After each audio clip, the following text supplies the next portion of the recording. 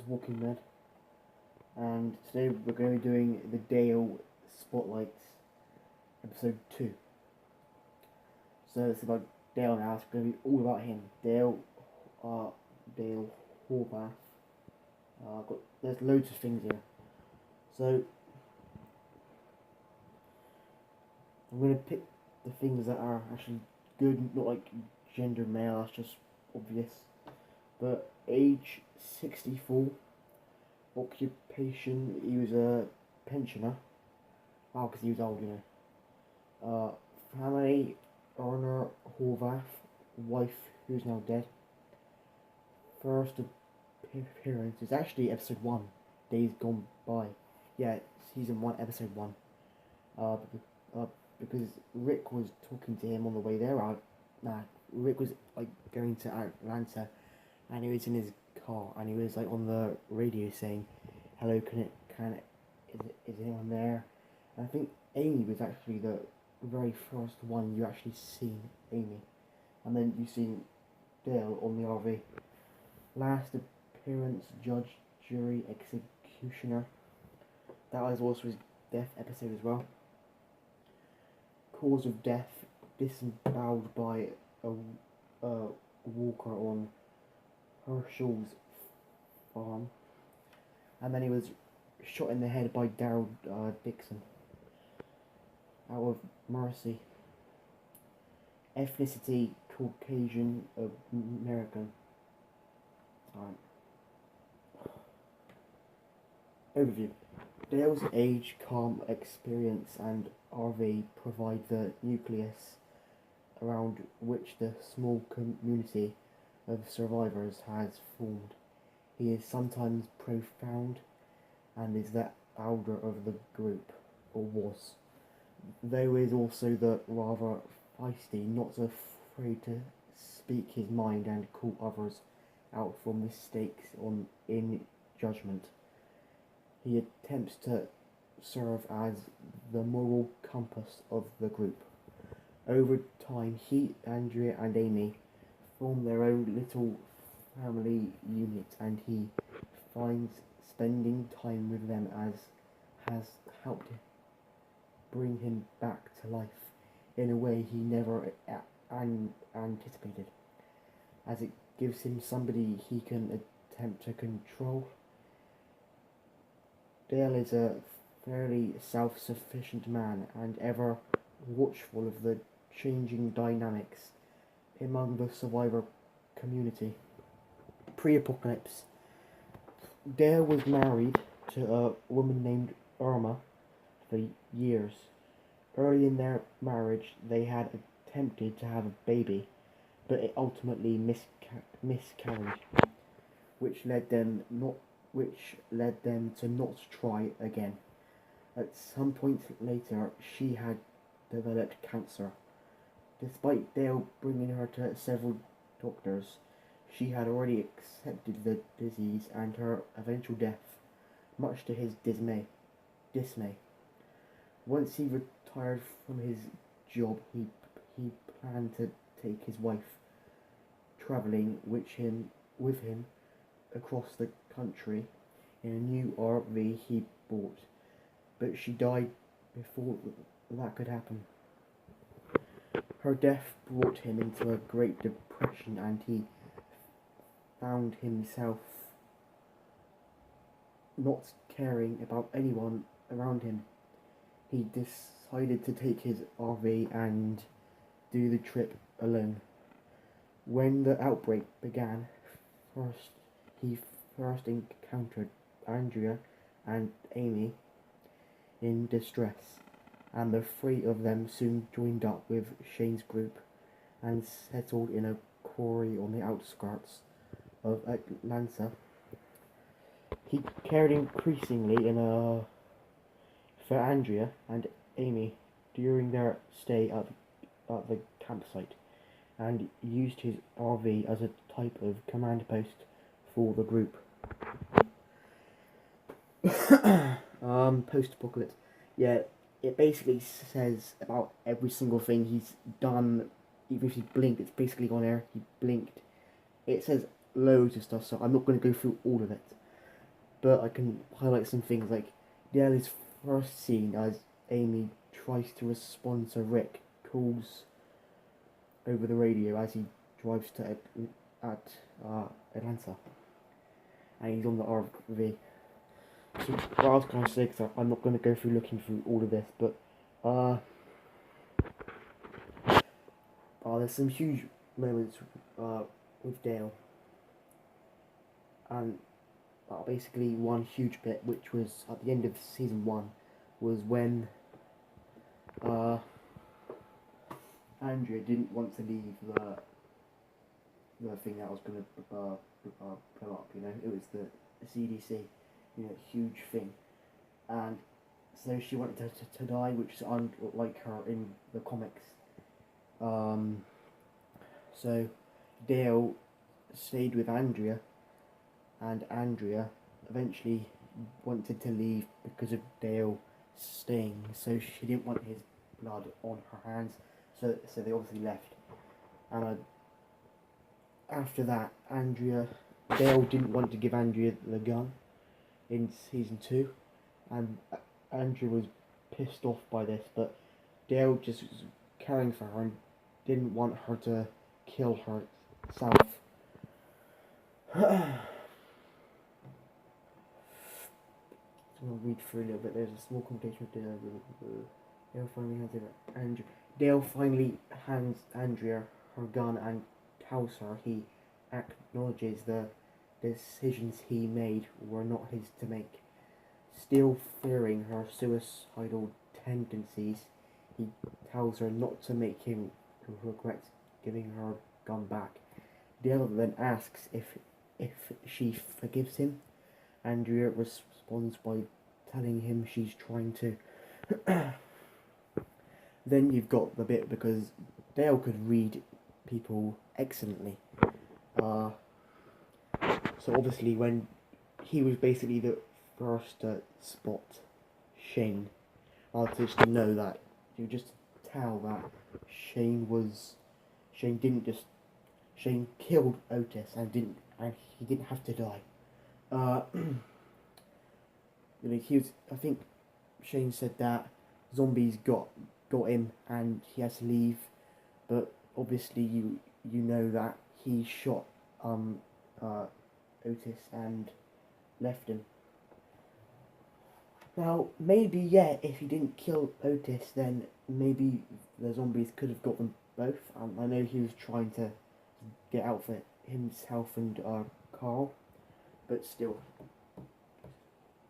mental, wasn't it? Killing Otis. See if I can find any bit.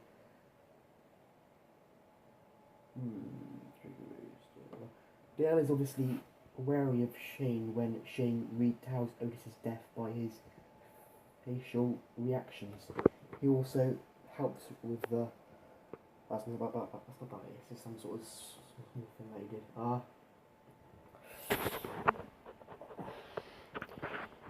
And then there's the thing where obviously secrets. Dale and Glenn talk about things that have happened in the camp, and Glenn reveals of Laurie's pregnant state and Herschel Green's barn full of zombies. Dale confronts Herschel about the barn full of zombies, but Herschel saying that the zombies are still humans. Dale tries to make Herschel see what the walkers truly are, but Herschel replies saying that his wife and stepson are in the barn, and that Dale should keep quiet about it. Back at the camp, Dale talks with Laurie about how his wife had miscarried and assures her that the baby can have good memories. But he sits in silence when Laurie asks if he thinks her child could live a long life. Dale confronts Shane about the night Otis died, and brings up Shane's attempted murder of Rick. Because oh yeah, because in season 1, I think it was, Shane was aiming his gun at Rick, and obviously Dale seen Shane. It's kind of cool because he was like aiming his gun, and you just seen that the angle, and then you just seen Dale looking at him like he was kind of freaked out. Yeah, and then Shane obviously stopped. I don't think Shane was actually gonna shoot Rick then. No. But you know, Dale may have saved his life, or he might have just he just didn't notice. It's always the thing with reading things. You can't hide things from Dale. Well, where was I again? Dale confronts Shane about the night Otis died and brings up Shane's attempted murder of Rick. Dale tells him it's time for him to leave because he knows who he really is, leading Shane to challenge Dale and threaten him.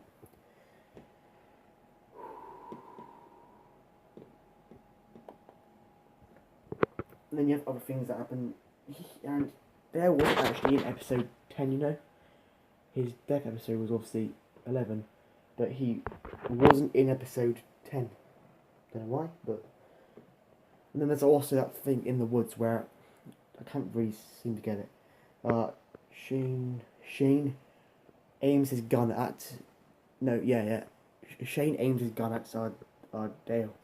Or, no, Dale aims his gun at Shane, but he just can't bring up the courage to actually kill him. Even though, if he had all the courage in the world, he probably would have wanted to. Dale tells Andrea that Shane is dangerous and that Shane doesn't want Rick or Herschel to come back so he can be leader. But Andrea doesn't believe him and walks off. That was episode 9. Now episode 11. Judge, jury, executioner. Yeah. What was his name? Randall. A complete idiot. Who, in episode 11, Dale, he's the only one, really, who thinks that they shouldn't kill him. And everyone else thinks that he should die. But that was one of the best bits when Dale's in the house and they're all there and he's just talking and he's saying that, you know, he's basically saying what he thinks and that they shouldn't kill him. See if I can find that one here. After Daryl finds out Randall's group is dangerous, Rick decides to kill him. Dale tells him that they can't just kill him. Rick tells him that they will put it to the vote. Dale goes around asking people about it, but no one agrees with him. At the meeting in the house, Dale makes an impassioned plea to the group to spare Randall. However, he only gets Andrea to side with him. Yeah, I don't know, does Andrew actually get on his team? I don't know if Andrew does, really. I do remember him saying it's only me and Glenn, but then he realised that Glenn's not, Glenn isn't on it either. But I'm pretty sure it was just him, but it probably was Andrea. Yeah, I think she was there, but I think it was just him telling everyone else, and everyone else thought that they should kill him. Although he apparently failed, Rick decides not to kill Randall when he sees Carl watching. Later, Dale is patrolling around the farm at night when he is attacked by a zombie that Carl had seen earlier in the day and failed to tell anyone about as he had provoked it. Dale is then disemboweled by the zombie and is in great pain. When the others come to his aid, Rick tells Herschel that he needs to operate on Dale as he would not make the trip to the house. But Herschel silently tells Rick that Dale can't be saved. As Rick is unable to euthanize Dale, Daryl decides that he has to do it and takes Rick's gun and says, "Sorry, brother," before putting him out of his misery. So yeah, death. This is good. Killed by Carl Grimes, indirectly caused. Killed by zombie caused, and then Daryl Dixon out of mercy before reanimation. And Dale has actually never killed a human. He's only killed numerous counts of zombies. So I'm almost done now. Getting to the bottom is some of these things that goes on and doesn't really matter much. Trivia: prior to Dale's death, it was reported that a cast member wanted to leave the show, and then had a change of heart after original showrunner Frank Darabont was fired. The cast member was later assumed to be Jeffrey DeMunn, who plays Dale. It was later confirmed by Chandler Riggs and Darabont that DeMunn departed from The Walking Dead due to Darabont's firing, but neither made mention of DeMunn changing his mind. Yeah, he shouldn't have died then. I'm just going to say now, because he's already dead, it's not going to spoil anything. In the comics, he should have died around season 5. And I wish he did, because he was awesome, but he has died. In the episode, there's a distance where the group is driving to Alexandria. Their RV breaks down. Glenn then fixes the problem by replacing a dead battery. Abraham asks how Glenn knows that, to which Glenn replies with a knowing smile, "This, although not confirmed, could be a nod to the moments when Dale was teaching Glenn about how to fix the RV." Yeah, it's pretty cool. I don't remember actually reading, seeing that. I got on this wiki. Yeah, this is good. The final 5 episodes of season 5, Remember, Forget, Spend, Try, Conquer, are all references to Dale's campfire story from season 1. And he said, "I like what the father said to son when he gave him a watch that had been handed down through generations. He said, 'I give you a mausoleum of all hope and desire, which will fit your individual needs, no better than it did mine and my father before me. I give it to you not that you may remember time, but that you may forget it for a moment now and then, and not spend all of your breath trying to conquer it.' And there's all of them, and it's all because of Dale's speech, and that is how awesome he is. And it's probably the best lines ever in The Walking Dead. I'm probably over, I probably am, but I don't know, is it the best ones ever? Dale saying that? It might be, because it's the names of the episodes. Maybe not, though. No, Dale is one of 7 main characters to never kill another human, along with Laurie, Andrea, Herschel, Eugene, Gareth, and Deanna. However, Deanna and Gareth have ordered the execution of someone else. yeah, we've gone through that, and we've gone through loads of things. Hopefully you now know more things about him. There. What do you think about him? Tell me in the about below. And also give me some questions for Q&As. Please say this is on. Please say it's not. Is it recording? Good, it is. Oh, thank God. 20 minutes. It's probably going to end in a minute. Yeah, actually. But yeah, a couple of things I wanted to say. Yeah, I bought volume 25, and surprisingly, it did come with Outcast issue 1. And if you're wondering what it's like, you know what, I might actually show you. This issue 1, it starts off, like, if you didn't want to...